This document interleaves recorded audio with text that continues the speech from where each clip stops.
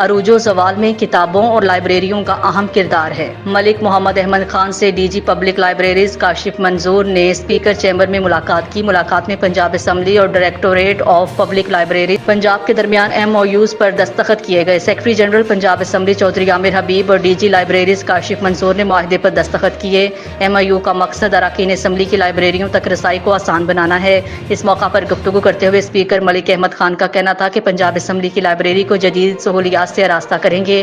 कौमों के अरूज ज़वाल में किताबें और लाइब्रेरियों का किरदार इंतहाई अहम है। तरक्की के लिए अपनी ज़िंदगियों को किताबों से वाबस्ता करना होगा।